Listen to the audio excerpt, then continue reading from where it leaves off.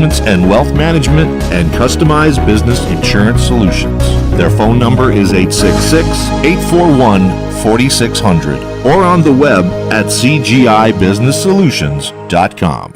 Bring your kitchen to life with Queen City Cabinetry, located at 87 Elm Street in the historic Sunbeam Mall in Manchester. Open Monday through Friday, 9 a.m. to 5:30 p.m. and Saturdays, 10 a.m. to 2 p.m.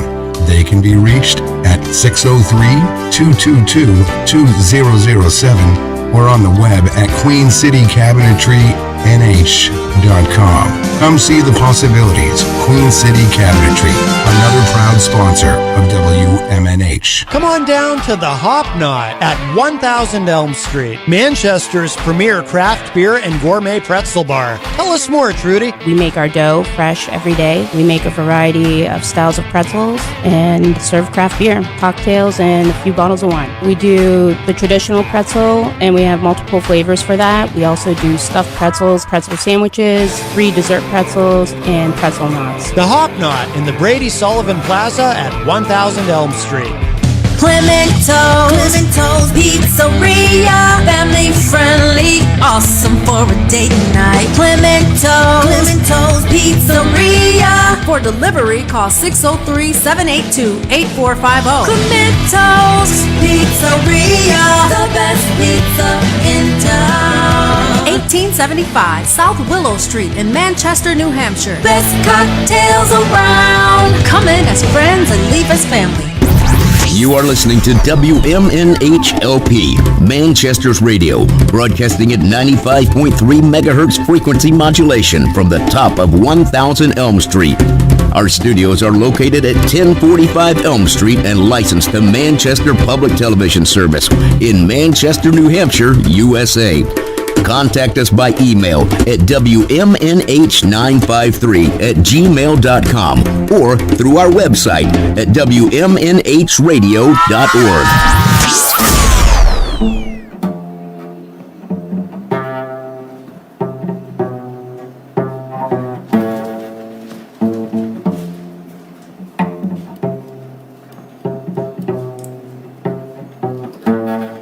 Woke up today, feel like someone else, parts replaced, but still the same house. Never used to dream, but now all I see is your face. Eyelids pressed, visions cannot replace.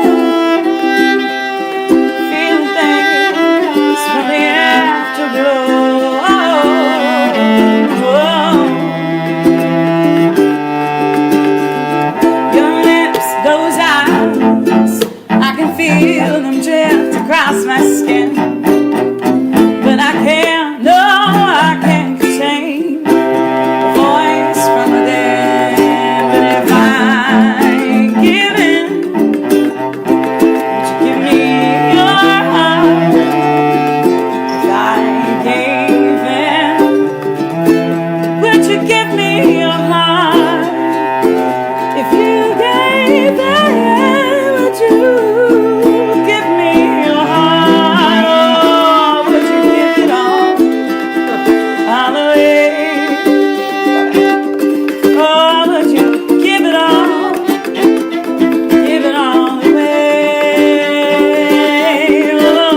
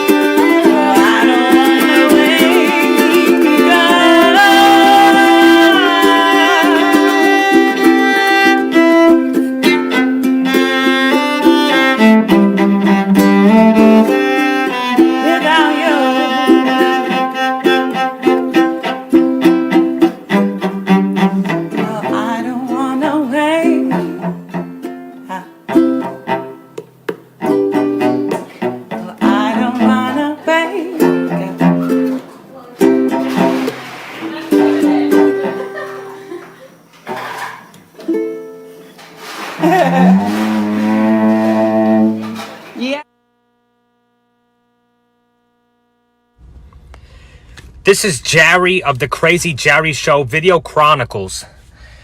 I just gotta say, I'm frustrated that people aren't tuning into my show of shows. I mean, sure, I have some dedicated subscribers like Matzo, Ratzo, Fatso, Covington, but I can't work for free because Crazy Jerry is important.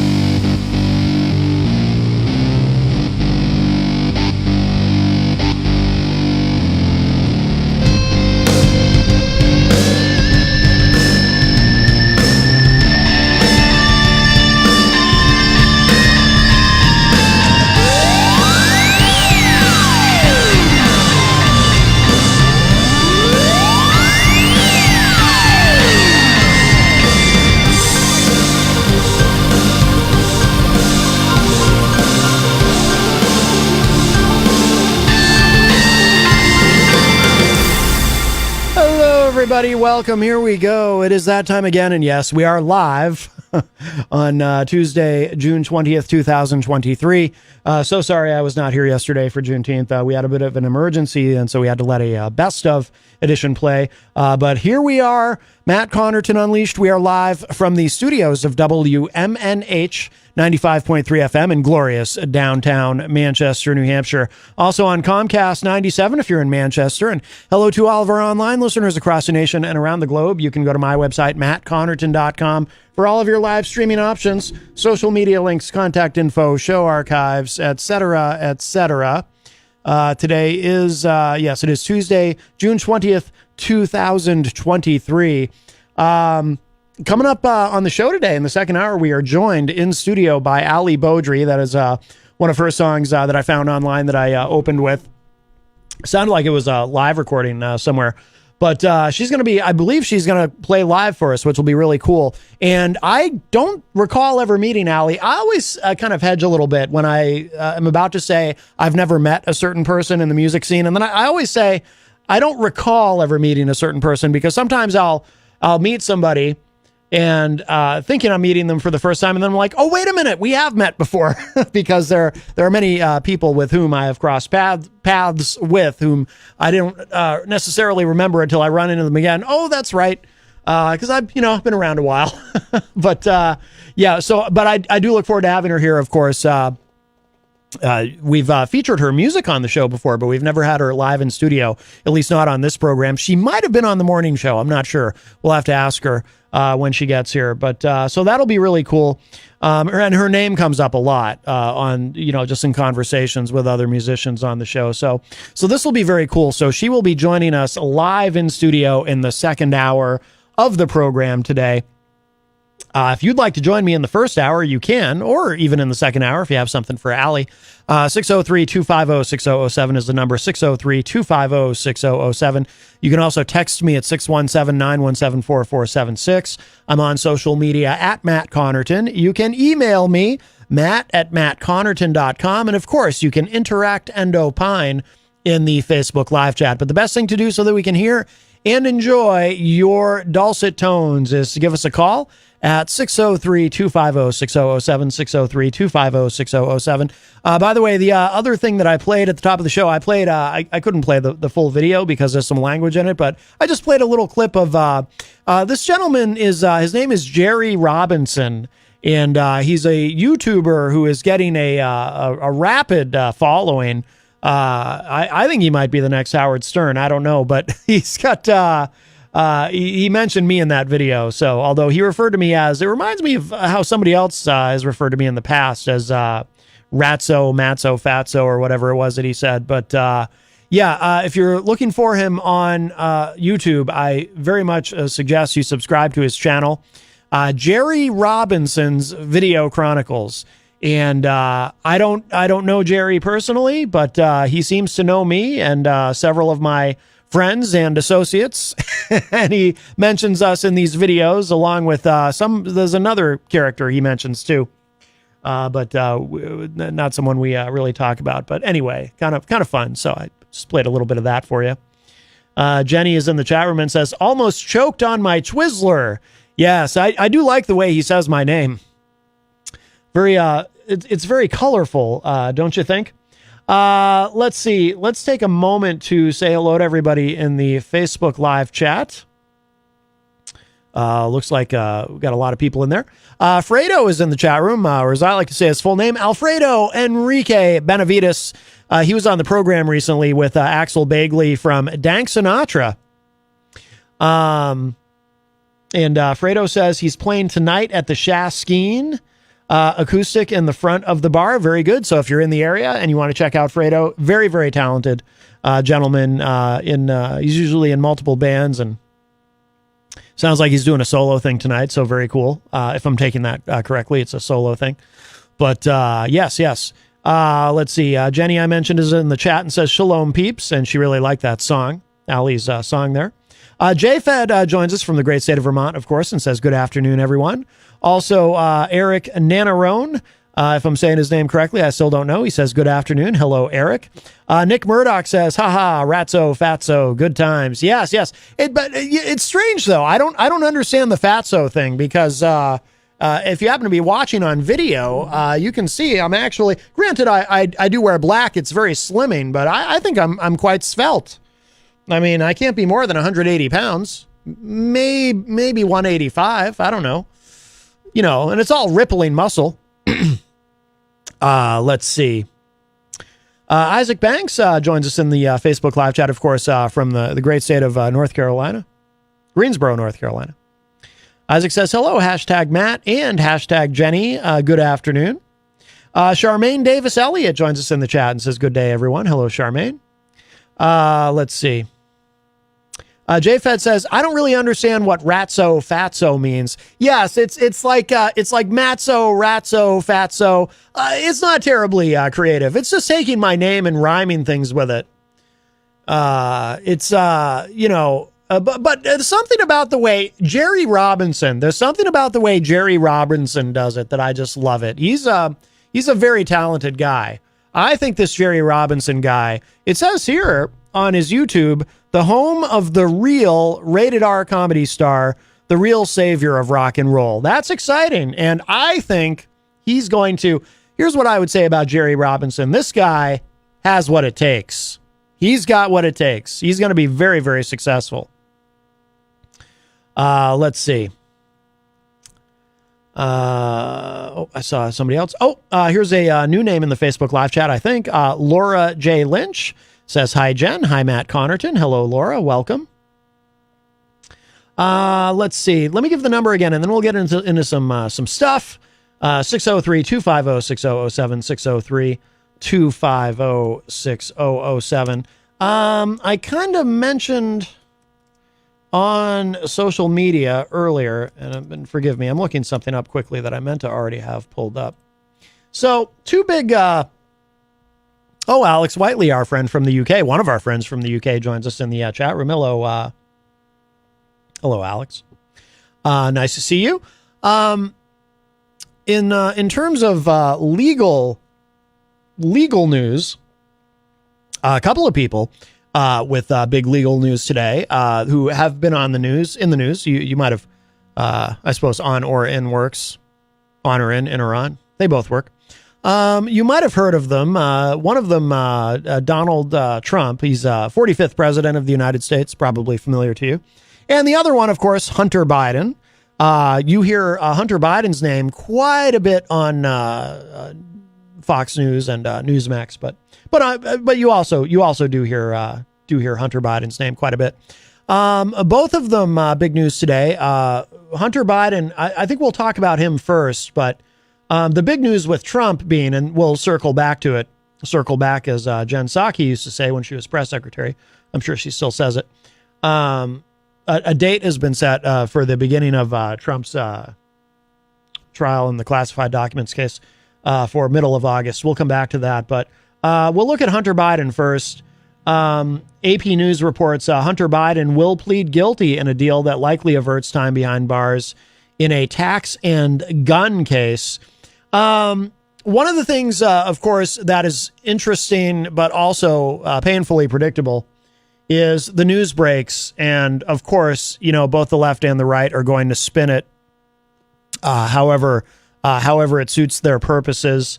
The right, of course, is reacting like, wait a minute, he's getting a slap on the wrist, and everyone knows there's so much more here, and he's actually some sort of international crime lord and part of the Biden crime family and all this.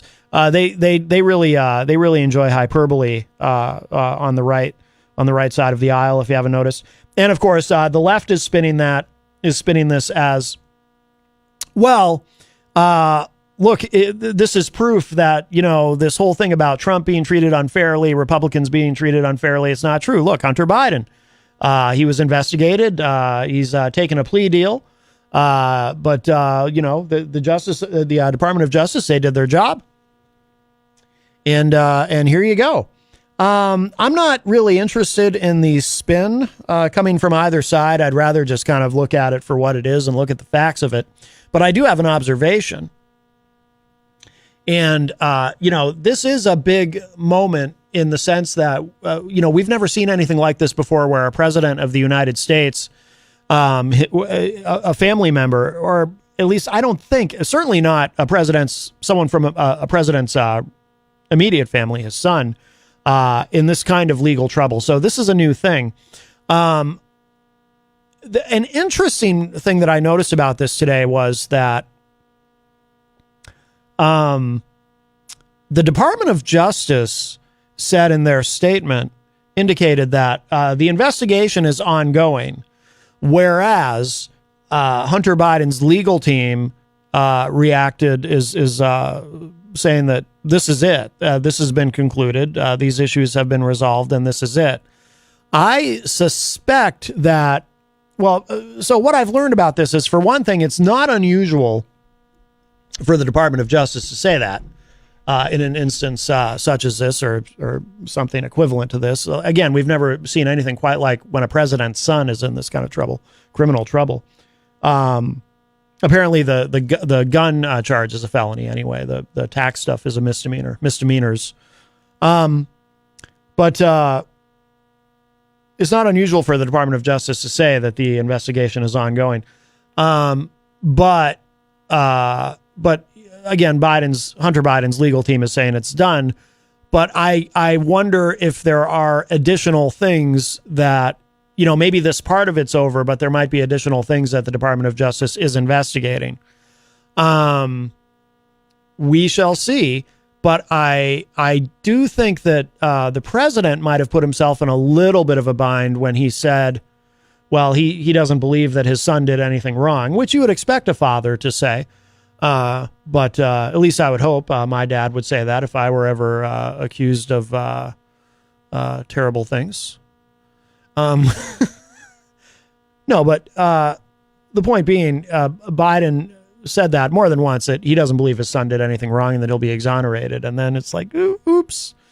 It is worth pointing out that it was a Trump-appointed attorney at the DOJ who has been investigating Hunter Biden. And when the Biden administration came in, so typically what happens at the beginning of an administration is most, if not all, of the existing U.S. attorneys working for the Department of Justice across the country, they all resign or are told to resign. Sometimes it's all of them, sometimes it's most of them, but there's usually a massive turnover. You can't have a complete turnover because you have active investigations going, right? But there's usually quite a bit of turnover between when the election happens and the inauguration at the Department of Justice in terms of these U.S. attorneys. But President Biden kept 3. Everyone else had to go, but he did keep 3.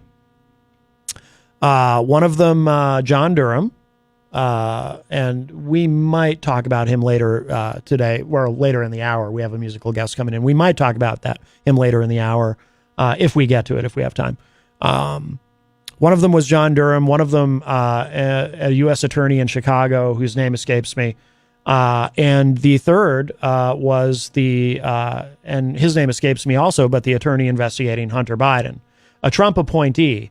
And I don't know that it's ever been addressed, but I think everyone operates under the assumption that the reason that was done was, so that it would just look bad if that particular attorney were suddenly gone, right? So to avoid the appearance of impropriety and President Biden, getting directly involved, that attorney was left to continue to do his job.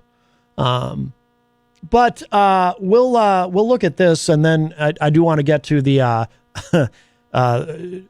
with Trump. I want to talk about that Brett Baer interview. Wow.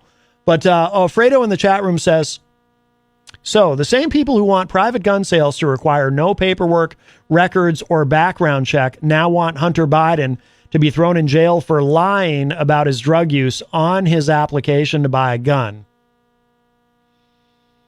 Yeah, that is a valid point, Fredo. And apparently this is a little bit of a side street, but this has come up on the show before. That part of it about when you go to apply for a gun permit on the federal paperwork, Let me see if it's been a long time since I've actually discussed this. There was a different show that I used to do there where this subject came up a lot. But I believe on the federal paperwork, you have to put that you do not use any type of federally illegal drug, which puts anybody using cannabis in an awkward position because you don't want to lie on a federal form, but cannabis is not federally legal. And even if you are a cannabis patient, that is done by state. So if medical cannabis is legal in your state, as it is in, here in New Hampshire, of course, you're legally using medical cannabis. But when you fill out that form, if you put that you don't use anything, that's because, federally cannabis is still Schedule 1, which is absurd. I know Biden at one point said, well, we're going to have a committee look into that or something, which is another way of saying, yeah, we're not really going to do anything about it. What President Biden should do, what some president long ago should have done is issue an executive order moving cannabis off of Schedule 1 because it's absurd. We won't get into all that right now. But we're already taking a little bit of a side street. But yes, so when you fill out that form, even if you're a cannabis user of any kind for any reason, technically you're not supposed to be able to have a gun. Now, what that has to do with Hunter Biden, it's not about cannabis. Hunter Biden is a recovering addict. And so he really is not supposed to fill out that form and claim that he isn't using anything illicit when he was. There's also, I believe, and I'm just kind of learning about some of this now, so forgive me if I don't have all the details exactly right, and anyone feel free to fact check me in the chat room if you can. But some of you are very good at that, doing quick research, but I believe there's a separate law, if I understand this correctly, that is rarely applied, but they did use it in this case against Hunter Biden in this investigation when they were deciding what to charge him with, that says that if you are currently addicted to anything, any illicit substance, like if you're using heroin or doing cocaine, or I don't remember all the, I've not paid enough attention to Hunter Biden to remember exactly what it is that he's used, or if it's all been revealed even, but there is a law that says you can't have a gun if you are an active drug user, effectively. So that's some of what they've used against Hunter Biden. But Fredo reminded me of that with his comment there, his observation. Nick Murdoch says, I don't get why having a medical card means I can't have a gun, but what do I know? Well, that's the thing, Nick. It shouldn't mean that. It's silly. But until something is done federally to legalize cannabis, this is just going to continue to be a weird issue. I mean, my assumption is that there are plenty of gun owners who just fudge that part of the form. Now, I don't want to get myself in any trouble. I'm not suggesting anyone do that. I'm not. I'm just saying. I assume that goes on every day in America. I assume, people who are using cannabis for medical use or recreational use, they just, whatever, and they just check the box that says, nope, I don't do any of that. Then again, I'm sure there are people who do because I don't consider cannabis a quote unquote drug. But I'm sure there are people who, I'd call it medicine. I'd call it a plant. I don't call it a drug. But I'm sure there's people who use actual, hard drugs who fill out that form and aren't necessarily honest on it. I don't know if anybody in the history of the country has actually been prosecuted specifically for lying on that form. I kind of doubt it. Because I don't know how you would even prosecute that actually, because, somebody could, what would be to stop somebody from filling out that form saying on the paperwork, nope, I don't do any of that. And then after they have their gun permit, they just decide, maybe I will do some of that after they've already got the permit. because there's nothing that says, well, if you're going to engage in this behavior, you have to surrender your gun. So it all seems a little pointless anyway. But Crystal says in the chat, Crystal, our friend from Illinois, says, speaking of potentially lying on a background check, I keep seeing podcasts about some organizations submitting a FOIA, which is Freedom of Information Act, request under RTK law on Prince Harry's visa application to the USA. He heavily documented his drug usage in his self-written biography. I don't know. I haven't paid any attention. I don't pay any attention to the royal family. I have no idea, Crystal. I honestly, I couldn't care less about Prince Harry. And listen, the only reason I've ever even in my life given Meghan Markle two thoughts is because I was a big fan of the television series Suits that used to air on the USA Network, and she played Rachel Zane on Suits. And that's a great show. And that's coming from someone who doesn't watch a lot of television. But if you've never seen Suits, it's really good. And she's one of the main characters on that show. Had I never seen that television program when she married Prince Harry, I would have been like, wait, Prince Harry married who? I don't even know who this woman is. Fredo says, this is America. We don't do monarchies. Yeah, that's right. I actually find it all creepy. Like, somebody asked me if I had watched any of the coronation of King Charles. And no, I can't even look at that. For real. Like, I'm genuinely creeped out. Like, I can't even look at images of him sitting on the throne and they're putting the crown on him and everything. It's weird to me. It's actually creepy. Like, I get kind of the chills. Just I don't know. There's something about it is genuinely unsettling to me. It's almost like I have a phobia. Like, is there such a thing as what would you call it? Monarchophobia or something? Is that a thing? Maybe. I don't know. I fear royalty. It's upsetting to me. And I don't just mean that, like, you know, patriotically, like, this is America. We don't because we actually do have our own versions of royalty, you know, like, for example, if you live in Massachusetts, the Kennedys are royalty, but I don't know. It's weird to me. I don't like it. Nick Murdoch says, we only have oil barons and railroad tycoons. Well, we do have that. Yes, we do have those.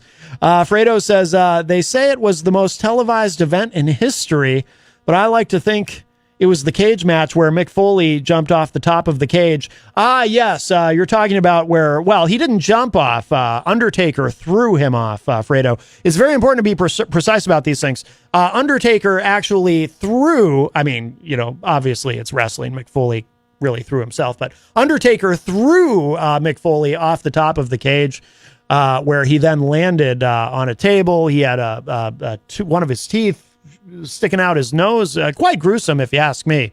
But that's what makes Mick Foley the hardcore legend that he is. At least I assume that's the incident you're referring to, Fredo. We'll look at this quickly, though. Again, this is from the AP. President Joe Biden's son, Hunter, will plead guilty to federal tax offenses, but avoid a full prosecution on a separate gun charge in a deal with the DOJ that likely spares him time behind bars. Hunter Biden, age 53, will plead guilty to the misdemeanor tax offenses. I'm going to kind of skip down here because I honestly just don't even care about most of this. Okay. Skipping down. While it requires Hunter Biden to admit guilt, the deal is narrowly focused on tax and weapons violations rather than anything broader or tied to the Democratic president. Nonetheless, former President Donald Trump and other Republicans continue to try to use the case to shine an unflattering spotlight on Joe Biden and to raise questions about the independence of the Biden Justice Department. By the way, regarding that, I will just politely remind everybody, this investigation has been going on for 5 years, which means, do the math. I'm not good at math, but this is pretty easy math. This actually started under the Trump administration, this investigation. It actually started while Jeff Sessions was still the AG, and then William Barr. So when people say, well, how come they don't have more by now? Well, you know, it's not only about the present Department of Justice, it's also the previous Department of Justice. Why didn't they find more if there is more to find? So I'm just, again, like I said before, everybody always wants to take a story like this, and a story like this is perfect for that. Everyone wants to give it their own partisan spin, and this is easily spinnable. But I'll just remind you, if you're upset that there isn't more there, it's not just about Merrick Garland. You also might want to have a conversation with Bill Barr or Jeff Sessions about it.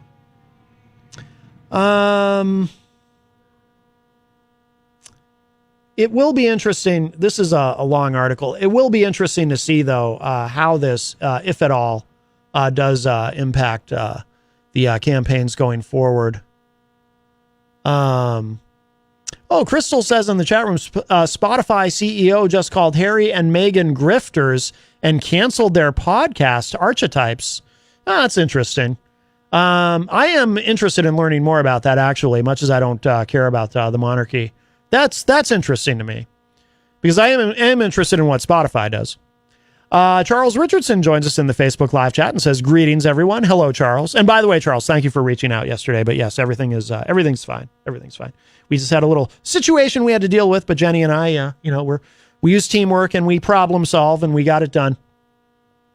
So we are live today. If you'd like to join us, 603-250-6007, 603-250-6007. Coming up in the second hour, we do have Allie Beaudry is going to be coming in. I almost said it wrong. Our friend Easy G, who is also in the chat room, he always says, or maybe that was a private message he sent me. He always says Allie Beaudry, but I believe it is pronounced Beaudry. Let's see. Oh, Crystal shared that article. Thank you. We have a call. Mike Doyle is on the line. Hey, Mike. Hey, Matt. How's it going? Good. How are you? Very good, thanks. Hey, nice to know people, huh? Nice to know people in high places. So $1.5 million, 2 years in a row he didn't claim, and a gun charge, and he's going to get probation on everything. Well, I have two thoughts about that. So the first I would say, from what I understand, I have something a little bit in defense of him, but then something that kind of cuts the other way. So the thing I will say, sort of tepidly in defense of him, I mean, I don't particularly care about Hunter Biden one way or another, but I will say, from what I understand, that is kind of typical when it comes to tax offenses. Those are misdemeanors; they're not felonies. You tend to get a slap on the wrist, even if it's a lot of money. But the other thing is, and I'm not sure I even fully understand about the gun charge with this diversion thing.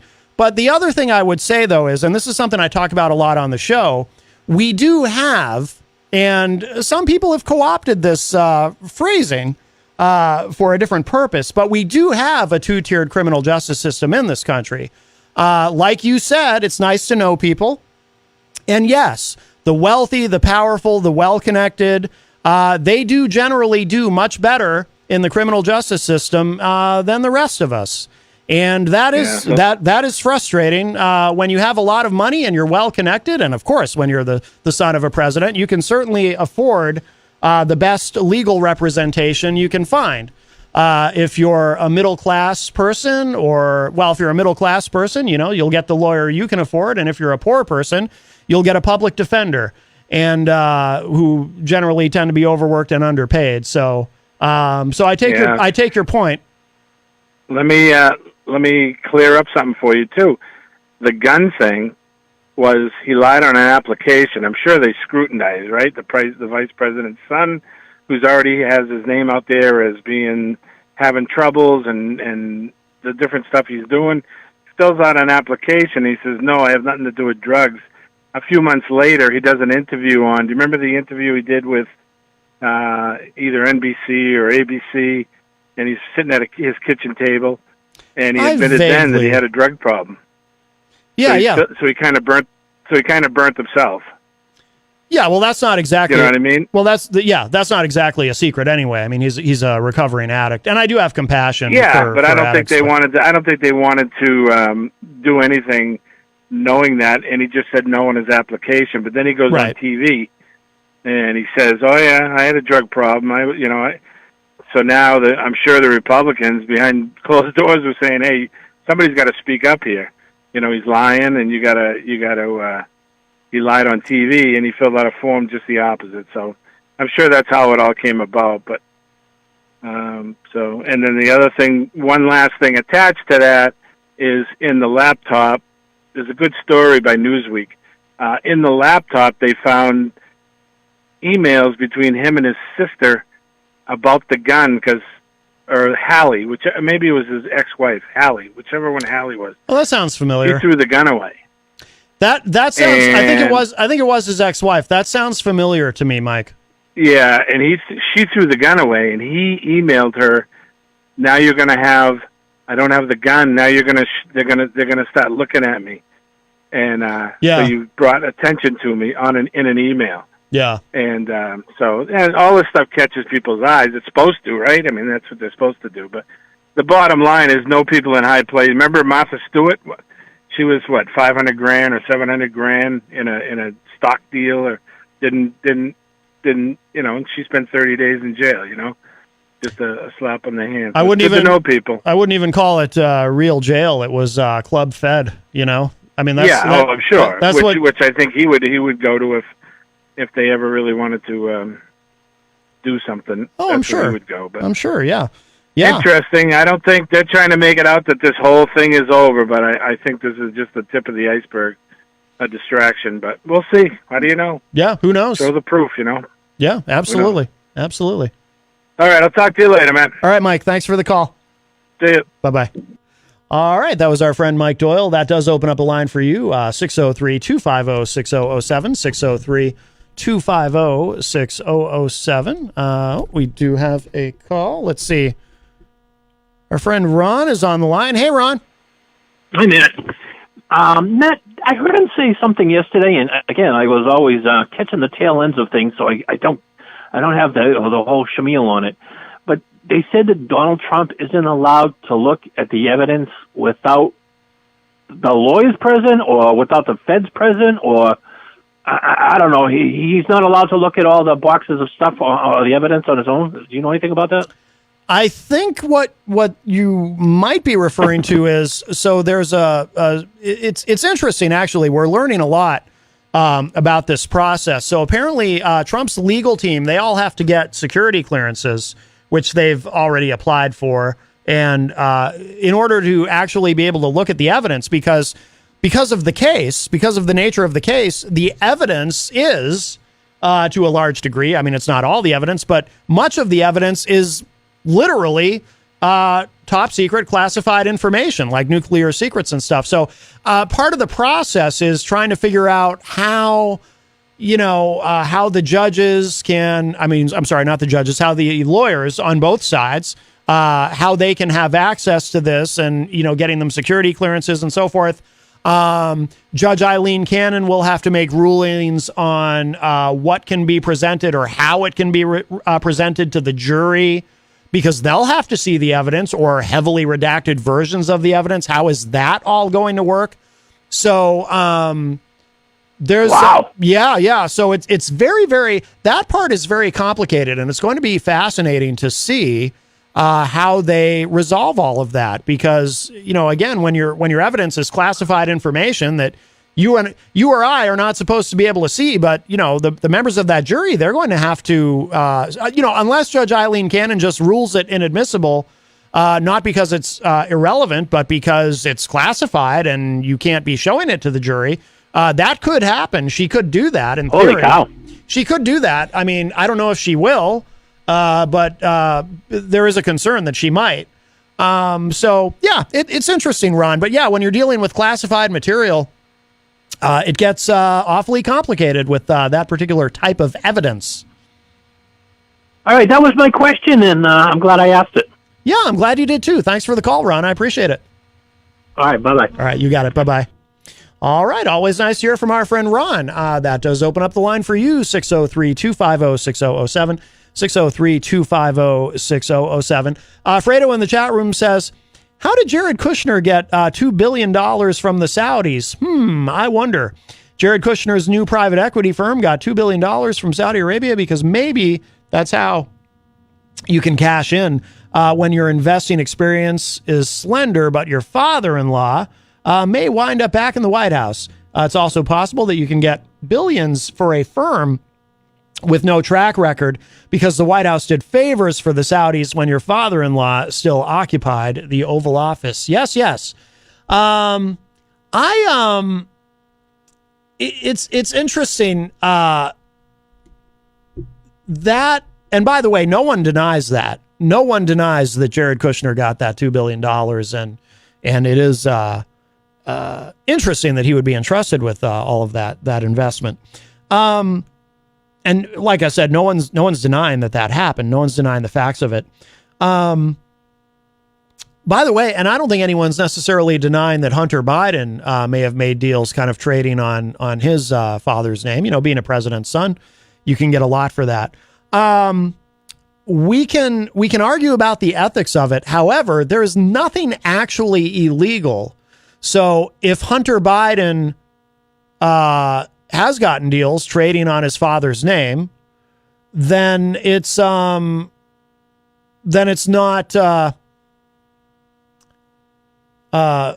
it's not illegal technically, and for Jared Kushner to do the same is also not illegal, but it might be worth investigation in the case of Kushner. Fredo says follow the money. Will Vegas is in the Facebook live chat. Will from Will's Auto Care. He says, good day, everyone. It's frustrating and disheartening as a parent when you try to teach your kids right from wrong and they constantly see the D-bag wrongdoers always winning or just getting a slap on the wrist. Well, like I said, you know, we do have two tiers of justice in this country. You can, if you're fortunate enough to be wealthy and well-connected and or famous or whatever it is. I mean, really, it's about the wealth, ultimately. How much money you have determines what kind of legal representation you can get. And that's why, again, like I was saying to Mike Doyle, you know, the wealthy and powerful, the elite, they get away with some things that you or I would simply not get away with. Let's see. Crystal had said something too in the chat. I'm just kind of trying to get back to it. Okay, here it is. Crystal said, Hunter may have taken a deal because maybe, just maybe, he traded intel on another matter that DOJ may be pursuing that we may or may not know about. Maybe it's a bigger fish they can fry. Anything's possible, but that's conjecture. I mean, who knows? Who knows? I'm skeptical of that, but Paulie C joins us in the Facebook live chat. Paulie C from Retro Spectrum Radio with Paulie C, which you can hear Friday nights from 8 to 11 p.m. live here from the studios of WMNH. And I have the honor and privilege of being one of Paul's co-hosts on that show, along with DJ Steve and Mike from Queen City Cabinetry. By the way, if you missed this past Friday's show, it was fascinating. Demo versions of original songs, of popular songs, I should say. And my favorite of the night, and for those of you who did listen, you'll know exactly what I'm talking about. The original demo version of Girls on Film by Duran Duran is so much cooler than what actually ended up being recorded in the studio and released. I love that. Was the highlight of the night for me. The demo version of Girls on Film, and everybody in the room agreed. That was so cool. But this Friday night is part 2, numero dos, of demo versions of popular songs. Tom Blanchard says, Trump is losing more and more support. I doubt he will be the front runner. I disagree, Tom. I would like to think that, but I still think there's a new poll that show he has lost some support among Republicans. That Brett Baer interview did not probably do him too many favors. But if you didn't see that, the interview on Fox, we might look at that if we have time. But no, I still believe he's absolutely going to be the nominee. I have no doubt he will be the nominee. Let's see. So we did... let me give the studio line one more time. 603-250-6007. 603-250-6007. Fredo is posting some Shakespeare in the chat room there. King Lear. By the way, I'll remind you, because Fredo let us know earlier, he's going to be performing tonight at the Shaskeen right up the street. I wanted to. So the other big news. Oh, actually. Oh. Fredo is on the line. Hello, sir. So the other big news. Oh, actually. Whoa, you got to turn down your radio. There we go. Hey, Fredo. What's going on? Hey, how's it going? Good, good. What's on your mind? You know, the conversation, I think, brings up the bigger fact that it's not whether the guy wearing blue is doing something wrong or whether the guy in red is doing something wrong, but that wrong is being done and that some people can afford to do wrong. Oh, yeah. Absolutely. You know, and I think that's what King Lear says, right? He says, you know, if you armor your sins with gold, then the lance of justice does not pierce, but through the rags of the poor, that justice always pierces through, you know? So people with gold, you know, people like Trump, why do they keep getting away with it? Why can they afford the lawyers? If you've ever done anything wrong in your life, you know you need a lawyer. They're not cheap. But I think that's the real problem. Is it's really about these people who run the country. They're part of a different class, and there's different rules for them. Yeah, the system protects itself ultimately. Those rules don't apply, right? I mean, you know, look at what's his name? He's like the richest guy in Saudi Arabia, the Prince of Saudi Arabia. You could have people murdered and get away with it, and still be congratulated by the president. You MBS. have people murdered. Oh yeah, yeah. Because you have oil, because you have money, so you can literally just kill people, and like everyone has to just be okay with it. Yes, because that's what happened. Exactly. Yeah, the murder of Jamal Khashoggi. So that's the real problem. It's not red or blue, or like whether you think one way about, you know, how money should be distributed. It's the fact that none of us have money, and we get in trouble. Other people who have money, they don't get in trouble. You can just, you know, because if something is just illegal in terms of you pay a fine, that just means it's legal for a fee. Right. In other words, it's the cost of doing business at that level. It's just the cost of doing business. Yep. You know what was alarming to me, and I don't know if you saw it, but did you see that there was that group of like a show of force of neo-Nazis who showed up to a cafe in Concord yesterday? Did you see that? Oh, Jenny. Okay, so I haven't seen the story, but Jenny mentioned that to me. Yeah. So this is absolutely wild. I don't know how to pronounce it. If it's Teetotaler or Teetotaler. Oh, Concord. Teetotalers. Teetotaler. Yes. Right? Like yes. They're you know, they had a nice drag queen story hour, which is, you know, nothing wrong with that. But they had more than a dozen men clad in black chanting Nazi salutes, and you know, they try to intimidate children, and they literally had a gigantic sign. It was like 10 feet wide that said defend white communities. And it was like, wow, happening here in New Hampshire, where I thought we were like a, you know, I don't know, man. It's rough to see that in your backyard. You know, it's rough to see that level of hate. It's one thing when people are, you know, bickering or whatever in a bar, but when you go to that extreme of, I'm gonna like meet up with people and we're gonna go intimidate some folks. It's really unsettling. And you know what's really crazy is that all these people were masked. Yeah, Jenny mentioned that too. Yeah. You want to stand up for what you believe in? Go ahead, man. Let's show your hateful face, man. Right. You know what? These people have shame. They don't want to get fired. They don't want to be ostracized from their families. They don't want their friends to know who they really are.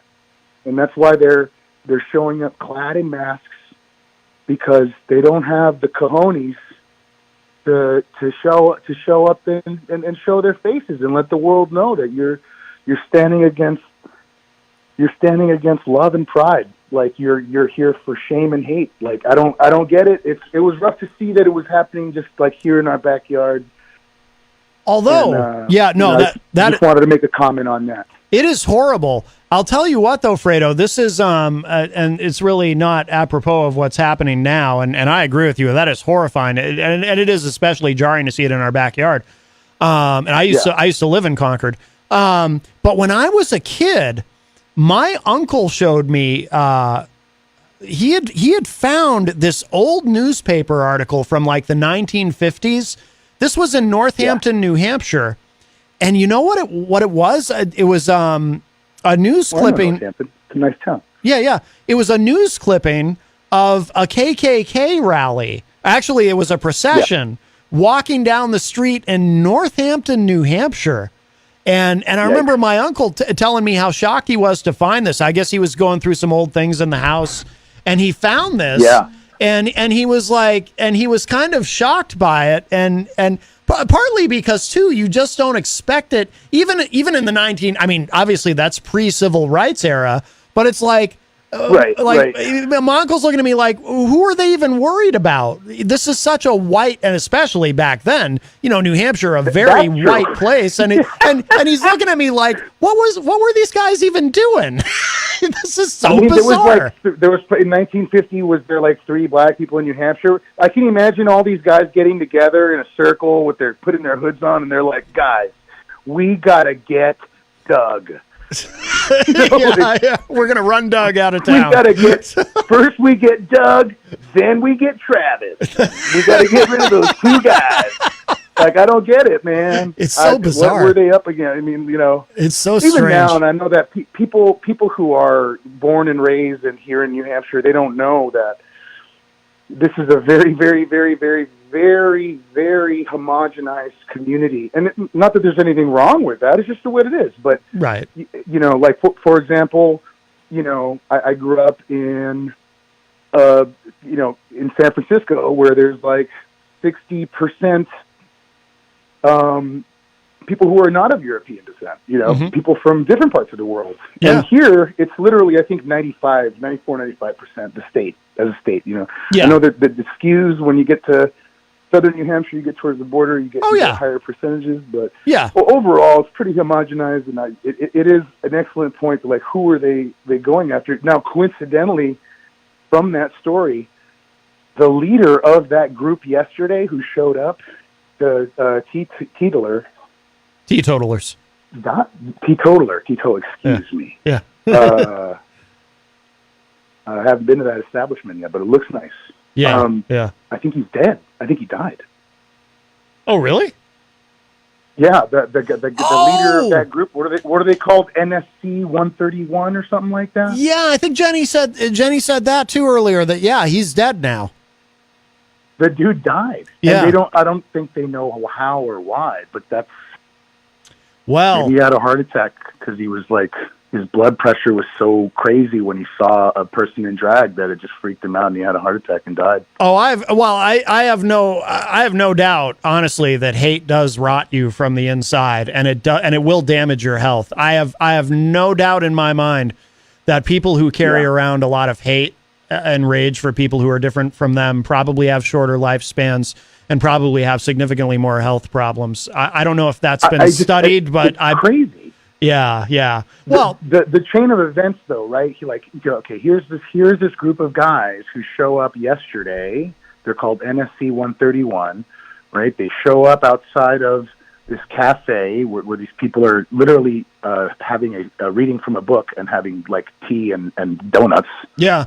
And they show up. They unfurl this thing that says "Defend White Communities," and they're literally doing. I'm looking at pictures of this. Concord Monitor took some great pictures. These dudes they're all dudes, and they're doing the Nazi salute, like the Sieg Heil. Yeah, like they got their right hand up, and it's weird to think that like right after that, the leader, the dude who set that all up, dead. And I'm like, I wonder if he died slowly and painfully. What a turn of events. Yes. Well, if there is a hell. Well, anyway. Yeah.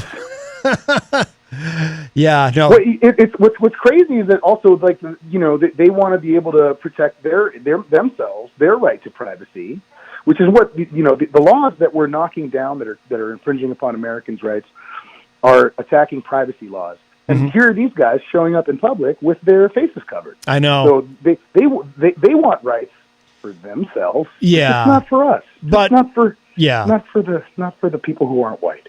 Well, yeah, but you're talking about people who are literally just too stupid to understand the irony of that, of what they're doing. You know, they'll never. I mean, these are obviously individuals with very tiny brains and probably very tiny other things who this is how they feel powerful and strong in the world and, you know, harassing marginalized people. So they'll never they'll never get it. I mean, you always have hope that, you know, that some of them will eventually someday get it. But, you know, you can hope. You can only hope, man. I'm sure there's some reformed KKK dudes out there in Northampton looking at that newspaper from 1952, and they're like, man, what was I doing? Well, there may be. That was just crazy. There very well may be. Yeah. We never did find Doug or Travis. What a waste of time. And I met Doug's family the other day, and they were very nice. Now I feel bad. But well, very good, Fredo. I gotta get going, brother. But thank you for taking my call, and thanks for talking about the stuff that's happening here in our backyard here. Yeah, absolutely, man. Thank you for the call. And before you go, please plug your show tonight. Oh yeah, I'm playing at the Shaskeen tonight from 7 to 10. I'm just me and my acoustic guitar. Might take a request. If you show up and ask for a song, I might play it. So very it'll nice. Be a good time. Very nice. All right, Fredo. Thank you so much, and I'm sure we'll talk soon. All right, man. Take care. Bye-bye. All right, very good, very good. Well, always nice to talk with Fredo. We are at the top of the hour, and I believe I have spotted Ali Beaudry in the hallway. So what we're going to do is I'm going to play one of her studio tracks. There's a song that I like. She's got a song called Why Ain't With You that I've played on the show before that I really, really love. So I'm going to play that, and then we'll show some love to our amazing sponsors. And then when we come back, Ali Beaudry will be here with us live in studio. Really looking forward to this. But check this out. This is called Why Ain't With You. This is from her album Wicked Webs We Weave. And Ali Beaudry will be with us in the second hour. Don't go away. Plenty more to come.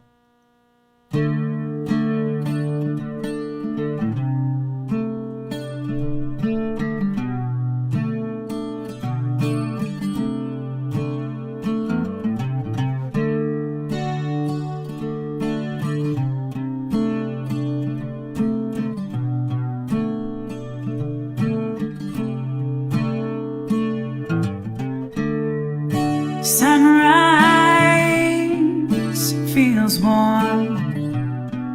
It's a brand new day for me too. I'm capsized with an overflowing feeling of what's in store today. Oh yeah.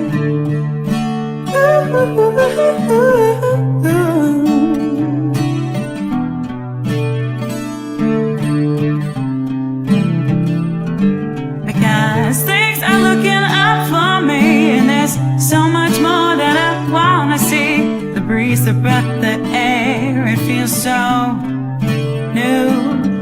And there's a person that I wanna be, and it's so much more than you'll ever see. And these are just a few words to make it true. Why I ain't with you. Oh yeah. Why I ain't with you.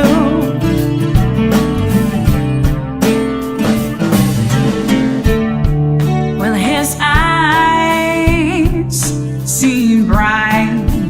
He could tell a story with one look, and it's looking up for me.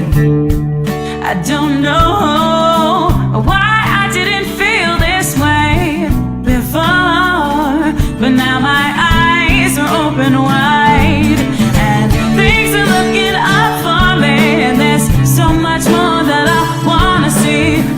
breeze, the breath, the air. It feels so new. And there's a person that I wanna be, and it's so much more than you'll ever see. And these are just a few words to make it true.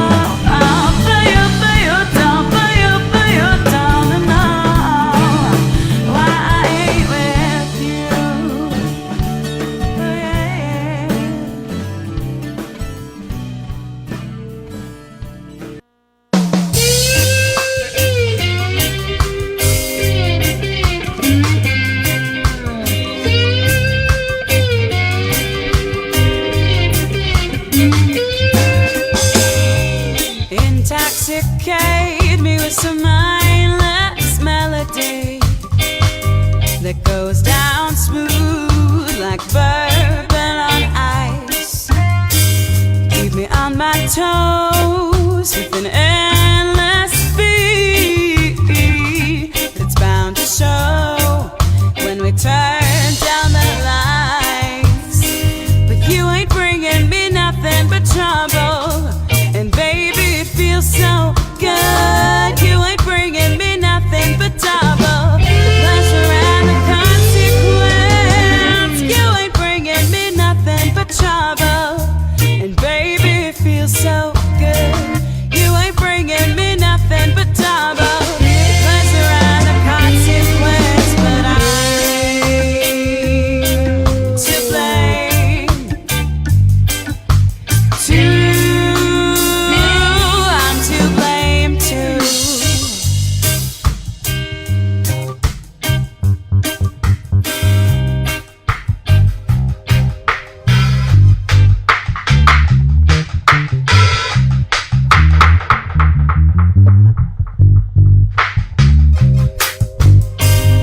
Sing me sweet words that start this storm inside and keep me spinning around till I say to subside. And please show me a way to get you off my mind. But you just seem to appear at just the right time to bring me nothing but trouble. And baby, it feels so good. You ain't bringing me nothing but double. The pleasure and the consequence. You ain't bringing me nothing but trouble. And baby, it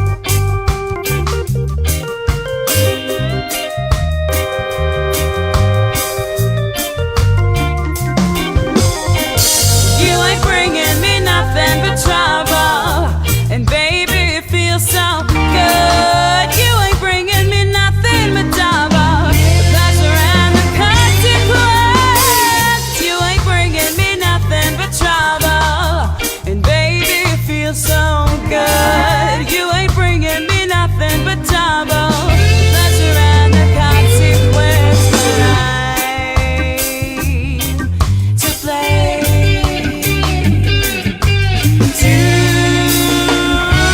I'm to blame too.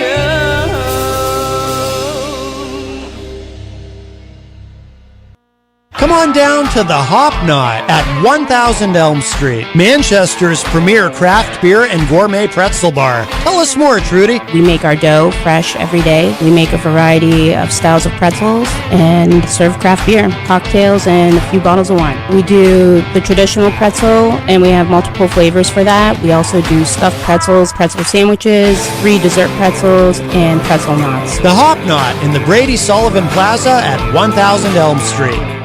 Bring your kitchen to life with Queen City Cabinetry, located at 87 Elm Street in the historic Sunbeam Mall in Manchester. Open Monday through Friday, 9 a.m. to 5:30 p.m. and Saturdays, 10 a.m. to 2 p.m. They can be reached at 603-222-2007 or on the web at queencitycabinetrynh.com. Come see the possibilities. Queen City Cabinetry, another proud sponsor of WMNH. Clemento's Pizzeria, family friendly, awesome for a date night. Clemento's Pizzeria. For delivery, call 603-782-8450. Clemento's Pizzeria, the best pizza in town. 1875 South Willow Street in Manchester, New Hampshire. Best cocktails around. Come in as friends and leave as family. This hour on WMNH is sponsored by CGI Business Solutions, located at 5 Dartmouth Drive in Auburn. They serve all your business needs, including employee benefits planning, corporate design and business administration, investments and wealth management, and customized business insurance solutions. Their phone number is 866-841-4600 or on the web at cgibusinesssolutions.com. WMNH, rip the knob off.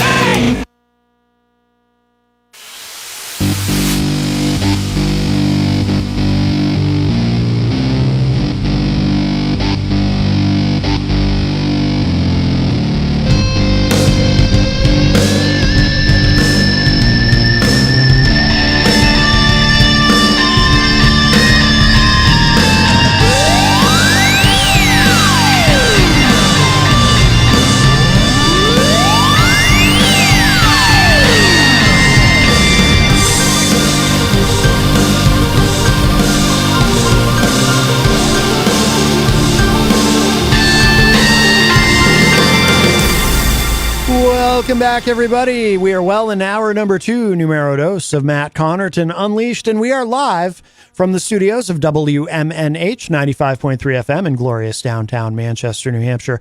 Also on Comcast 97 if you're in Manchester, and hello to all of our online listeners across the nation and around the globe. You can go to my website, mattconnerton.com, for all your live streaming options, social media links, contact info, show archives, etc., etc. Today is Tuesday, June 20th, 2023, and we have with us in studio, and she's going to play for us. Very excited about this. Allie Beaudry is here. Hello, Allie. Welcome. Hello. How's it going? Good, good. By the way, have you been on WMNH before? Obviously, you haven't been on this show before, but have you ever been on the morning show? Not the morning show, but a long time ago, we did some live event, but that was I can't even recall the year, to be honest. But yeah, it's great to be in the room. We love, obviously, Wednesday morning. I love chuckling and laughing. Yes, yes. When Bill does his trivia and all the fun things. Yeah, absolutely. Absolutely. Thanks for having me. Oh, yeah. It's going to be fun. No, thank you. This is wonderful. So Allie's going to play some tunes for us, and then we're going to chat for a bit. So love it. Allie, I will turn it over to you. And awesome. Whatever you want to do. Yeah. So hopefully our levels are pretty good. I can hear me. So hopefully that makes, if I can hear me, then we can hear all things. So, yes, awesome. yes. Yeah, I figured I'd play one of my newer songs that I was originally wrote and kind of conceptualized on the ukulele, but then transferred it over to my Nord when I came upon this magical instrument. Oh. And yeah, it seems to fit and flow to the space where I want it to be. energy-wise, emotion-wise. Yeah. And it's one of my newer, and it's hopefully the newest to be recorded, too. So okay. This is called Still Want You. All right. All right, here we go.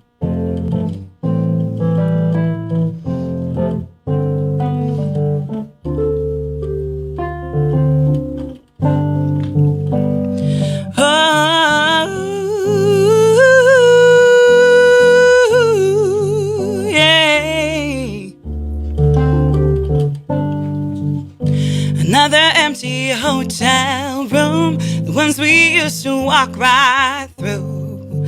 Dim the lights, forget the nights, days past. Wash the makeup off from the show, reveal a face I don't seem to know. Searching for the girl as the colors swell down to sink. Another city played, another state line crossed.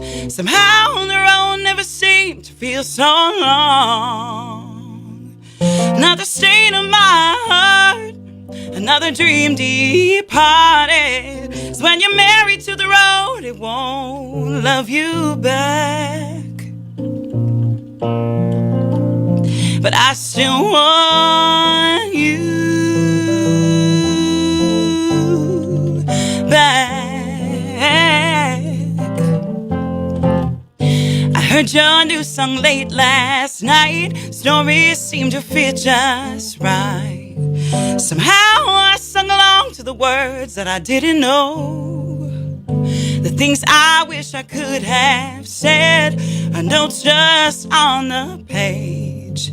Stuck in time and regret as I strum what was once a melody. Another city played, another state line crossed. Somehow the road never seemed to feel so long. Oh, another state of my heart, another dream departed. So when you're married to the road, it won't love you back. No, no. But I still want you. I still want you.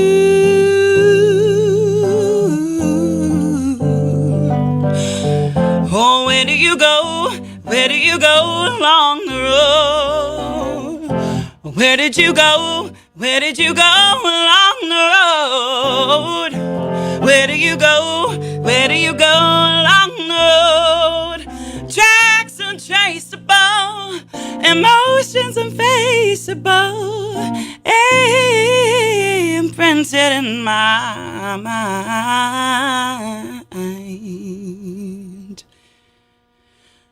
Another city played, another state line crossed. Somehow the road never seemed to feel so long. But another state of my heart, another dream departed. It's when you're married to the road, no, it won't love you back. Oh, but I still want you.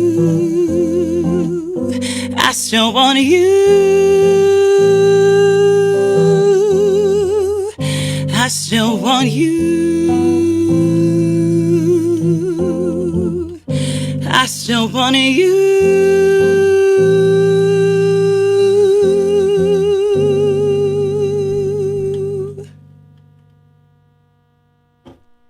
Oh, that is beautiful. Thank you. That's a great song. Thanks. That's a great song. You're getting some love in the chat room. Oh, nice. Charmaine Davis Elliott says, "Wow, she's fantastic." Oh, thank you. Fredo says, "Great voice." You probably know Fredo from the scene, right? Yeah, it's so funny. It's just like I love that we all are like intertwined. Yes, yes. It's awesome. Yeah, you know, absolutely. Community match. All the above. Now that song is you're going to be recording that for. Yeah, I have like a full album that just needs to be laid down. So between late summer, early fall, yeah, there'll be a lot of new material. I Cool. have some time. I can breathe again. I have a little more time for myself to be rooted here in New Hampshire, and I'm so looking forward to just being present and with the community and enhancing it with music and good. all the things, all the Excellent. hats. As they pile up. Yeah. We'll have to talk about some of that in a bit. Totally. Do you want to play another song? Yeah. I would, if you're cool that while I'm here, Yes. seeing you played it, and you like it, and you know it's something like I said, kind of just brush the cobwebs off a little bit. I would love to play like the new thought on Why I Ain't With You, because I'm nice and warmed up now. Yeah. Just for you to hear the transition, because clearly, like, you know, when I think about that song, 20, 22, 23-year-old me writing it, perspective-wise, it's such a different like shift here. Yeah. In your 30s, and then when you go to arrange, but I've always loved it. It's resonated with me no matter what I've done in life. I feel like the point and the path of the song certainly can be representative in whichever phase you're in, and it does feel very like familiar and welcoming in that space. So I figured seeing you played it, I'm like, ooh, it'd be kind of cool for them to hear where my brain is with it at this phase. Definitely. So this is Why I Ain't With You. This is off my first album that was Wicked Webs We Weave, and it's just a special song. I'll talk a little more about it afterwards, but we'll just get into it. Sounds good. See where we're at with it.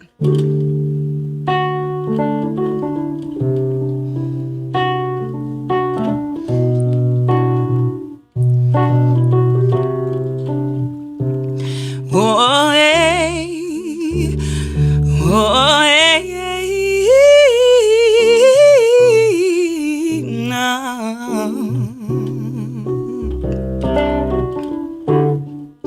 You, yeah.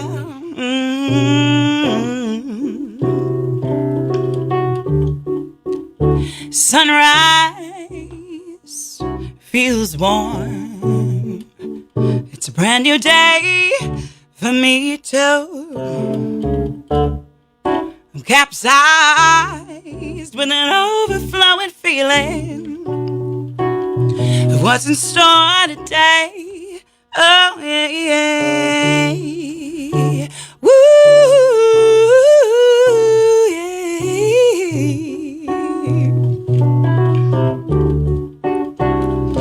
Because things are looking up for me, and there's so much more that I want to see. The breeze, the breath, the air, it feels so new.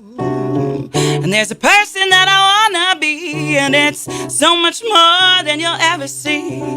And these are just a few words to make it true. Why I ain't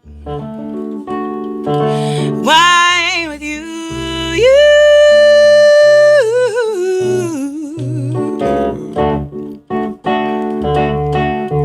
Oh, his eyes, they seemed bright. They could tell a story with one look, and it's looking up for me. And I don't know why I didn't feel this way before, but now my eyes are open wide, and things are looking up for me, and there's so much more that I want to see. The breeze, the breath, the air, it feels so new. And there's a person that I want to be, and it's so much more than you'll ever see. These are just a few words to make it true. Why I ain't with you, why I ain't with you, yeah. Oh, well, baby, we had a good time, but there's something else that's on my mind that justifies the reasons that we're through. Ooh,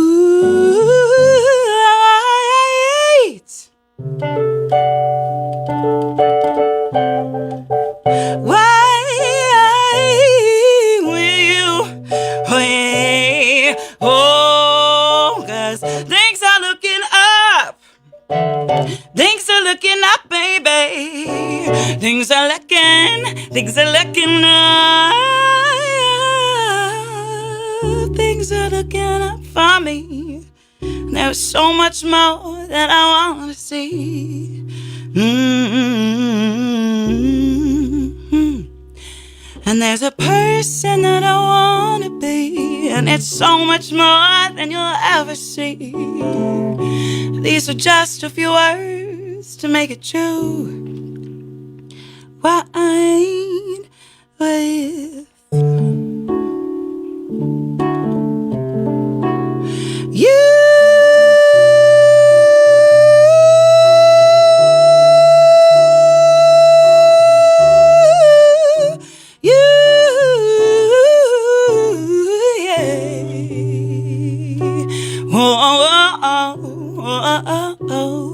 Wine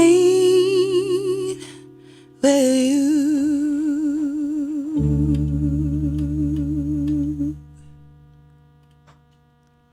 Wow, I really like that version. Thanks. That's really good. Yeah, a little less like wah wah on the guitar. Right, and right. A little more spiritual and Yeah. internal. Yeah.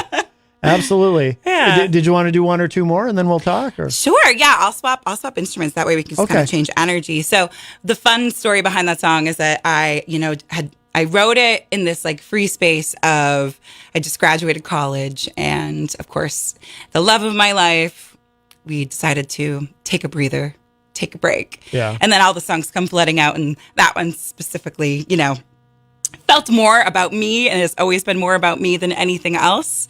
But now I'm the happily and wonderfully almost 12 years married to that specific man. Good. So, you have to have like the songs and the shift to then gain perspective. And now, Bill and I have such an epic life with our two beautiful girls, Alton and River. They might be listening. Hey, girlfriends. Hey, babes.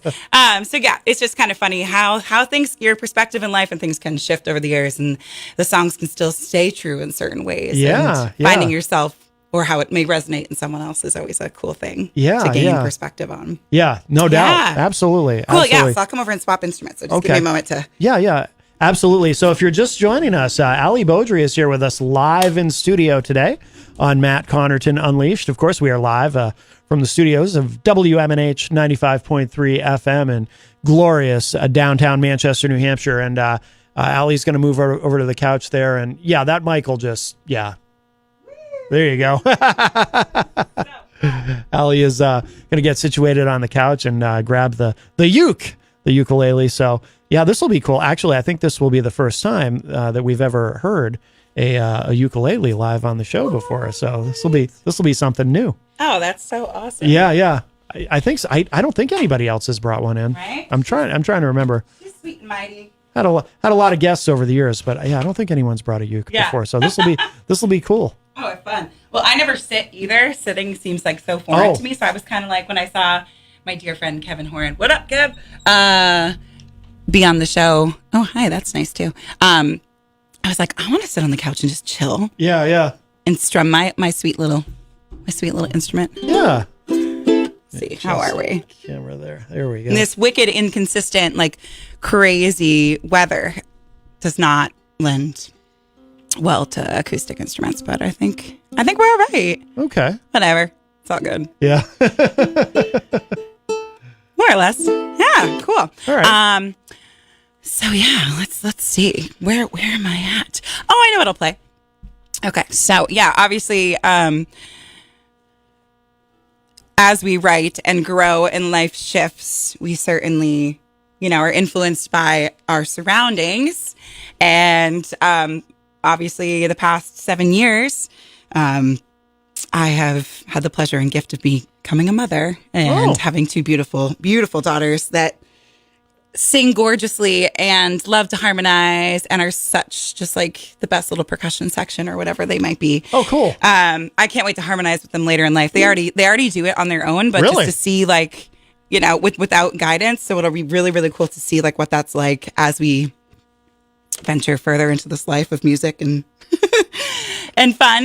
But yeah. I always wonder how much of that is influence and how much of it is just genetic. You know what I mean? I know. I always say, I'm like, well, they definitely, no offense to my husband, but I'm like, they definitely got my vocal folds, which is awesome. Yeah. And just to hear them and what they pick up on, we'll have like Alt Nation on a lot in the car. Yeah. We're driving around and River can like have not heard the song, but start like humming and creating lines off wow. of whatever, indie, heavily synth, like unique song that's playing. It's such a cool thing. So I think like ultimately for me to segue into the song is that motherhood really shifts everything and changes everything in the greatest way before you can even conscious of it.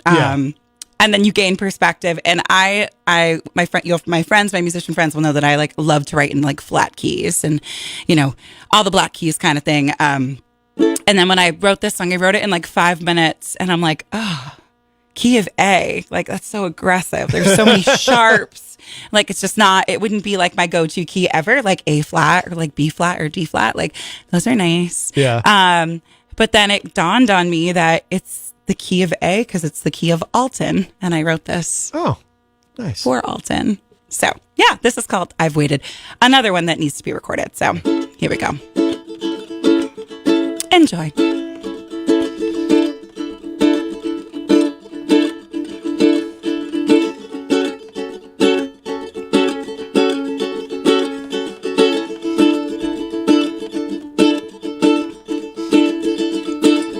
Whoa, oh, oh, oh, hey. Whoa, oh, oh, oh, hey. Looking in your eyes, I see the hopes and dreams I'd wish for. You gave my life a new name and a new world to explore. And though it seems you have been here all along, our story has just begun. Whoa, oh, oh, oh, hey. Whoa, oh, oh, oh, hey. 'Cause you've got me wrapped around your little finger, but I am never letting go, no, as I've waited all my life for you. I've waited all my life for you.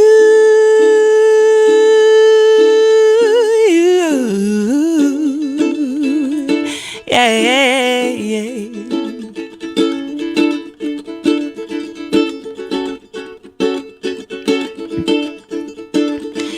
So tell your daddy to pack our bags, 'cause you'll be moving mountains faster than we can climb them. And though the road may be rocky, we'll stumble and laugh along the way. 'Cause you've got me wrapped around your little finger, but I'm never, no, I'm never letting go.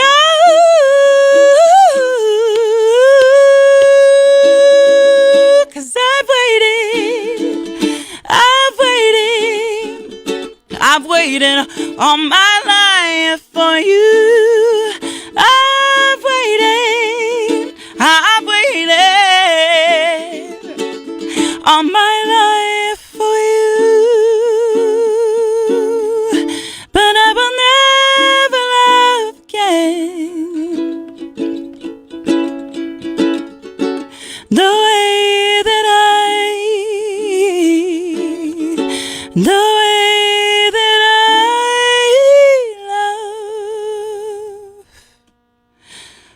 you.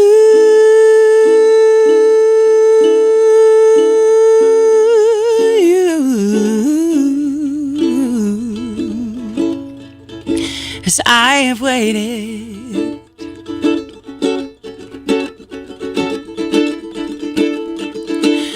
waited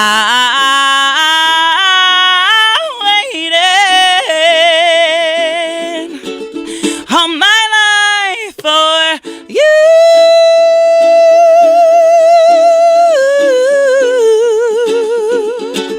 All my life for you.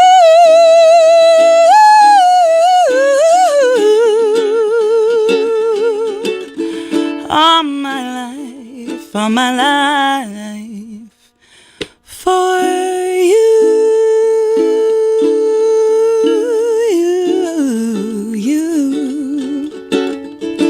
All my life for you. It's beautiful. Thank you. How'd you learn to sing like that? Lots of years of practice. Yeah? Did you take voice lessons? Or? Right down the street from age 5 at Ted Herbert's, I began my journey. No kidding. My parents were incredibly, are my number one fans and have been the hugest support. And at a young age, my family just heard it and knew it. And my daughter is Alton Lily, and the Lily is after my great aunt Lillian, and she was the one that was like, do you listen to her? And this was at age 3, just floating around. And Mom was like, oh yeah, she sings all the time. It's just nonstop. And she's like, no, but do you really listen to her? And she's like, well, yeah, I guess I should. And I met with Liz Beaton, who was a beautiful gift to the Manchester scene, for quite some time at age 5. And I studied with her for over a decade down in the, which is now a restaurant, which is crazy and wonderful. I love to see how things shift, but Ted is obviously still going strong. Yeah. And then I studied for a long time with Janice Edwards on Hanover Street, which was kind of my beginning shift of, okay, yes, you can do all these funky, crazy things with your voice. Let's hone in on your technique. Yeah. And then I studied from there. I did 4 years at Berkeley as a vocal performance major. Oh, okay. Yeah. And then, just kind of found my sound, found my style, experimented a lot. And you just don't know. And it obviously, as we age and grow and shift, our voices change so much too. So that's such a unique thing. Yeah. To constantly be morphing and experimenting, as an artist and your sound. And I remember the moment I found it was my junior year at Berkeley. I was like, here I am. Okay, I found that. And then of course I find my bandmates and then we record, some of the first thoughts of who I am as Allie Beaudry, which has always been a fun journey. And it changes and your style changes. Yep. Your way you write obviously shifts as you grow. So yeah. Very much so rooted here in Manchester with my training and support. Richard Maynard of West High was a huge influence in my life, and I always see him up in the clouds in the orange colored sky when I get to sing with fun swing bands. I'm like, there he is, shining bright. So yeah, I was very lucky to be supported and surrounded by amazing musicians at a very young age that saw, that light and were nothing but supportive, of who I was. Yeah. Well, that's awesome. Thank you. We have a call. Hi, welcome to Matt Connarton Unleashed. Who's this? Hi, Maddie. It's Gary. Hey, Gary. Wow. I'm sitting here having my tea here and kind of getting a little emotional. Her music is fantastic. Oh, thank Allie, you. you got two baby girls there that must love listen to you sing them to sleep. They do. Yeah. They have their specific songs. It's really fun. Oh, that's cool. Yeah. Thank you so much, Gary. Nice tea, a little afternoon Do- tea and Do ukulele. they harmonize with you when they go to bed? Okay, Mommy, we're going to sing this song. It's so funny. We sing this really specific Sarah Bareilles song that became the hum. It's called Kaleidoscope Heart, and it's actually, when you hear the song on her record, it's probably who knows how many overdubbed layers of her voice and harmonizations. But they love it. I could sing a little bit of it for you because they're if they're on the radio or if they're listening, they would sing along. It's really, really beautiful. So we've kind of internalized that and added onto it. So we'll kind of give you a little snippet. It goes, all the colors of I hear in your voice I love Madeline Peru. I love her. Yes, she's amazing. I just love her range and her voice and how she she can handle a song, and your vocals sound just like Madeline Peru. Wow, thank you. With that, caring about what you sing and not just saying, I'm singing a song. You just have that very, that emotion in your singing, and it's really, it's amazing. I like to hear things like that, and being a musician and everything, and I like to hear, because I can't sing like that. I sang in school, but I can't sing like, really go out and do something like that. Yeah. I used to sing with my little nieces, and they used to like that because then they liked Uncle Gary singing to them. But, Of course. But They'll yeah, have that. you just have that. You have that soothing voice, and if you're having a real crappy day, put something on from Allie, and just it'll make you smile. Oh, thank and that's you. honest. That's no BS. That's There you go. honest for me. And There you go. really, I just appreciate I appreciate your music. Thank you so much. Very nice. So- Very nice. All right, Gary. Well, But, we appreciate the call. Yeah, well, Maddie knows I talk too much, and he likes to cut me off. So, but No, keep talking about me. Yeah. It's fine. that's just me, because I love musicians and I love to hear their music and everything. So Totally. and you know how much I love you, Maddie. I know. You know how Same- much I love you, and I same- love you, and I love Jenny too. I love Yes. you guys both. No, So we love you, Gary. I Thank always you. send my love to Jenny. Absolutely. So, and I always send my love to Matt. And so, Yep. all right. All right. Thanks, Have Gary. a great Be well. evening. You too. And just, Allie, just keep singing. I really enjoy Thank it. you. Bye-bye. All Thank right, you. very Take good. care. Bye, Gary. Oh, very so nice. Very nice. sweet. Thanks, Gary. That was nice. Yes. Oh, and by the way, I see Diane Beaudry in the Facebook live chat. Oh, hey, Ma. I thought there might be a relation. Hey, Mama. And Shane Ballin is also in the chat room and says yes. What's up? Yeah, Shane's Shane's going to be coming back on soon. He was he was on he's been on the show with us a couple times. Awesome. No, this is so fun. I know. Oh, I'm sorry. You mentioned too. You were talking earlier about Yeah. wearing different hats, the different things that you do. Oh man, yeah. Today I'm wearing my current hat that I'm wearing is. It actually, if you can see it, this is a really cool new coffee shop that is on the west side. Oh, that just popped up. If you haven't gone, it's William and Sons, and it's wonderful. I had one of the best cortados of my life. And the owner is actually, I think Carol did a amazing article about him on Inklink, but he roasts in Laconia, but his other coffee shop is actually in Brazil. So pretty amazing. Yeah. Really cool human. Again, seems to be all about the community. It's tucked in over on the west side off of Kelly Amory Street, which is really, really cool. But yeah, I mean, figuratively hats. Yes. Today I'm a mom, and today I get to sing my original, songs of truth on the radio, which is awesome. Yeah, yeah. It's nice. I mean, not that I have 7 gigs this week, so this is wow, really? Yeah, it's a wild one. And then next week I'm like, oh, there's only 5 next week, so this is good. I can kind of like next week will feel like a breeze, but yeah.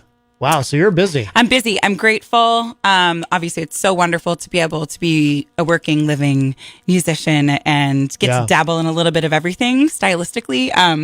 So yeah, I do wear a lot of different hats, and obviously Bill and I own our own business together. Yeah, and that's crazy busy, and has everything and nothing to do with music. Oh, really? Yeah. Yeah. So the Manch Vegas Brew Bus, or the Brew Bus, as we will, continue our journey as a kind of a shifting rebrand, because we're going to be doing, obviously we have been, but officially be doing craft brewery tours all over the state of New Hampshire. Oh, no kidding. Yeah. So we'll always be rooted here in Manchester, but shifting more to the thought of just being slated as Brew Bus. Yeah. But the idea of the Brew Bus kind of came to life while I was running late to my gig at Great North Ale Works. I host, which just started back up, an original open mic night there. Oh, by the way, not to interrupt, but Fredo in the chat room says he saw you there once. Oh, I love it! Yay, at that place. Amazing. Yeah, it's awesome. They do music every Saturdays, which is awesome. But so once a month, when we began, it was an original open mic night, which was awesome. So it's really grown to be this amazing place where if people have Friday night off, or if it was Thursday, Friday night off, they would just come and kind of rehearse their set. Yeah. So it's built up to be this like amazing gathering musical community space, and the beer's delicious and wonderful. So I was running late to my gig. I was teaching at Berkeley in Boston at the time, and I was, of course, stuck in traffic trying to get back home. Yep. And Bill went and set up all my gear, and I pulled onto East Industrial, and an Easter Seals bus pulled in front of me. And in my head, I was like, we need to buy a bus and do craft brewery tours and intertwine trivia and music and somehow do it. Yeah. And a week later, we were doing it. Yeah. And, our brain was, we cheers to it at Great North. I gave him the idea. Bill quit his job that he wasn't super thrilled about that Monday. Yeah. We became an LLC that Tuesday, and a month later we started running tours, and we just turned 5. So life is good. Congratulations. Thank you. That's excellent. Yeah. So, always it's funny how like a gig can lead you to your next life gig. Yep. So that is one of the many hats, as being the co-owner of a major craft brewery. Yeah. Tour business here in New Hampshire. So that's awesome. Wild.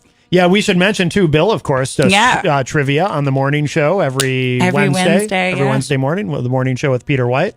And I know it's a very popular feature. And, it's awesome, yeah. And he does various places. He used to do the Hop Knot, but I guess there was a scheduling conflict there. Yeah. So that's Broderick who does that now. But Broderick's Bill's awesome. But yeah, Broderick Langya. But Bill's pretty busy. He does a bunch of places, right? He's gigging last week. It was Monday through Friday for trivias. Wow. Once a month at 603 Brewery, which is awesome. They're super wonderful. That was just this past Friday. We'll be doing upcoming the Thursday, which is July 6th, Trivia Night Live, which is our live show. It's me, Bill, and excuse me, my bestie bass player Nick Finuff on upright. So what we do is kind of like you would love this. We do like a Wait, Don't Tell Me Prairie Home Companion kind of show. Oh, no kidding. Where we arrange the audio round to be all live and funky and have a theme, and then we play songs in between. So we came up with this idea a few years back and did some shows at the Rex Theater and Jupiter Hall when that was around and thriving. And the Courier just loved it and swooped it up. So every 3 months we do a trivia live. Oh, wow. At the Courier. So that's a free event from 5 to 8 on July 6th. Oh, no kidding. And it's wild. It's so very much fun. Very it's cool. the Art After Work events that they do on Thursdays, which actually I'm very grateful to be the booking coordinator for. Yeah. So there you go. Another hat. Yeah, another hat.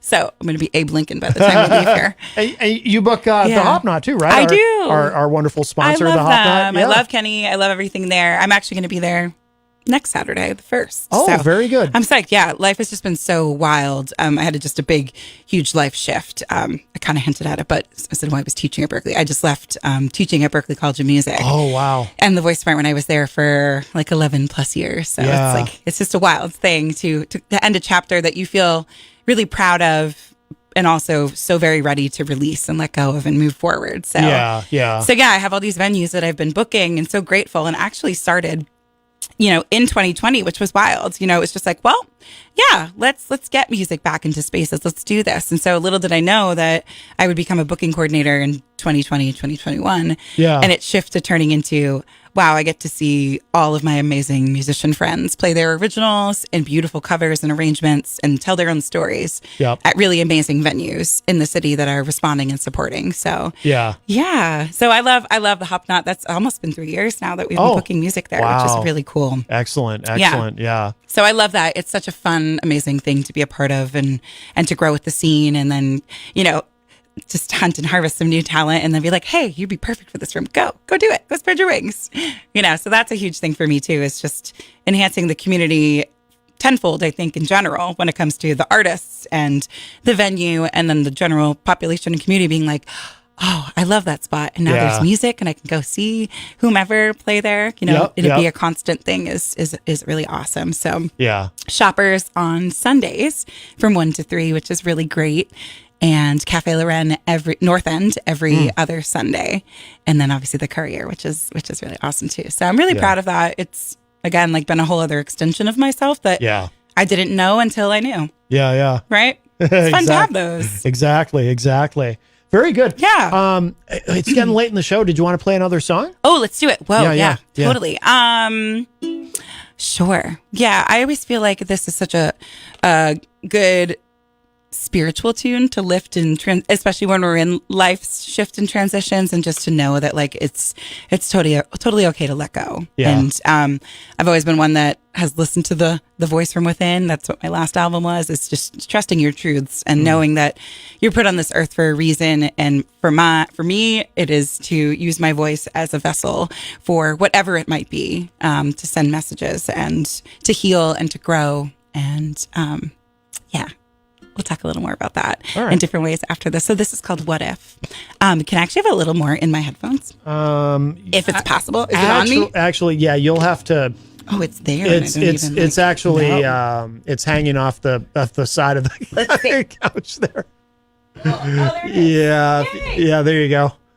It somehow it came unglued from. Okay, let's see. Oh yeah, that's so much better. Oh, okay, cool. Perfect. No, it was fine before. Yeah. Just you got the more gigs and more venues and years you play, you're like, oh wow, yeah. Let's give yourself a little more love in the ears. There you go. Okay, so this is called What If. This is off the Voice from Within, which is on Spotify and all the streaming platforms, and there's CDs. If you have a CD player, that's cool. My Subaru has one, and I'm pumped about it. So that's kind of a nice thing. Yeah.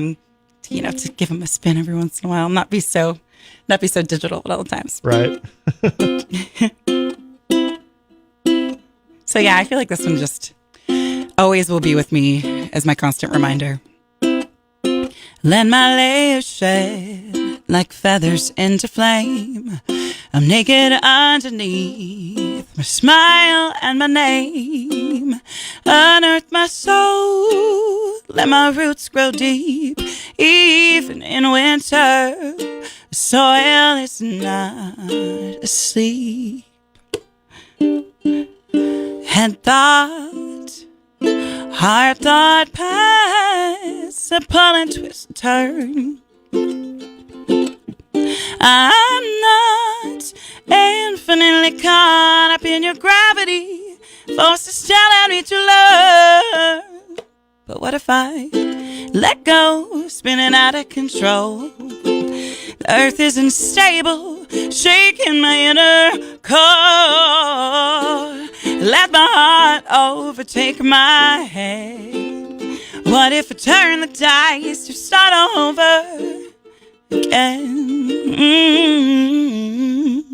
What if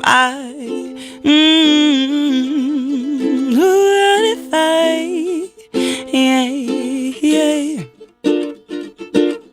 So I'll lay down my cards and you will pick my hand. It's fortune to be told, time to begin again. Open my heart, it's evergreen.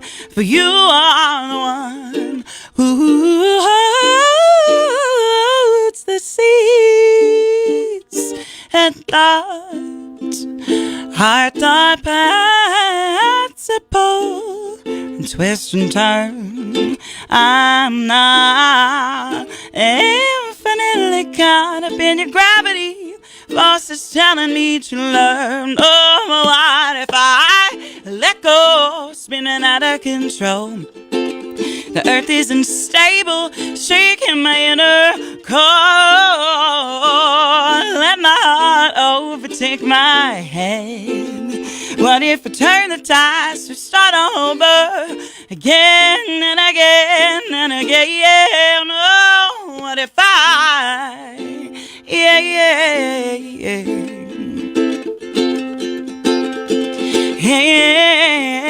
what if I let go? Yeah.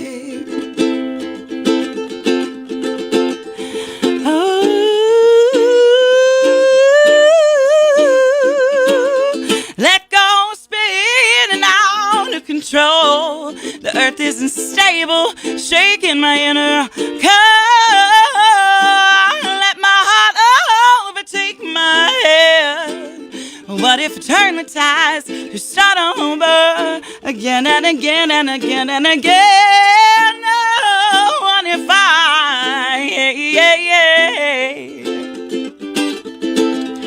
oh,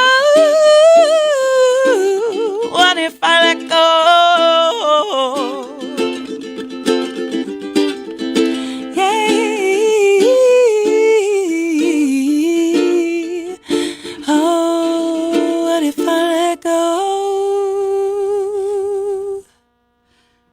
What if I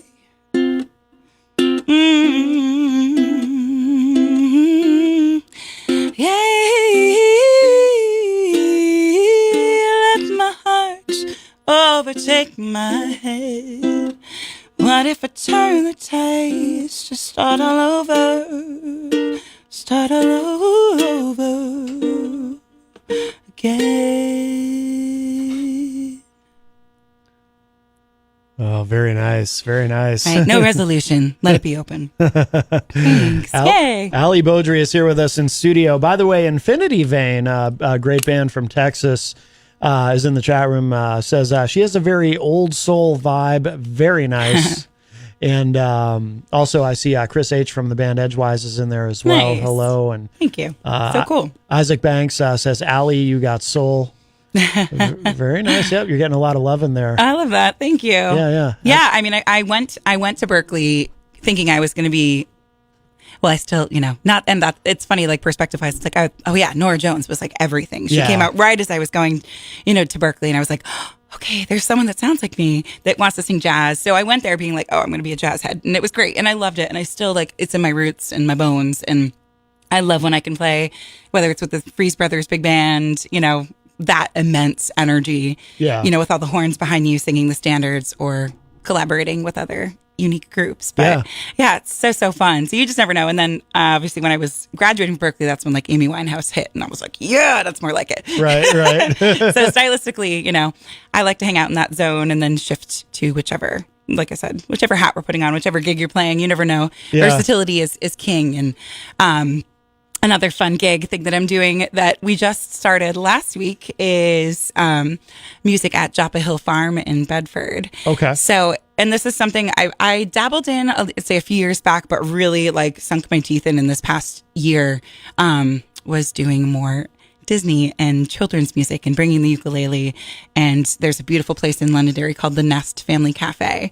And I was like, hey, I'd love to come and like put my Disney princess voice on and bring my silks and parachutes and just see what happens. Yeah. And we've been going strong. I was just there yesterday, a big outdoor summer concert series, which was awesome. Oh, wow. So yeah. And then Joppa, we started last Thursday, and we had probably like 20 plus families from like 3-week-olds to 7-year-olds singing, every Disney song. Moana, We're Making Waves, we're doing all the things. So that's Thursday. You can purchase like a family blanket or family ticket via Eventbrite or right at the farm. Come right to the farm for 10 a.m. And I literally got to like pat an alpaca before I played my gig, and I'm like, my life has changed for the better. This is the best gig of my life. So that's awesome. You just never know where you'll be. That's awesome. With your gigs.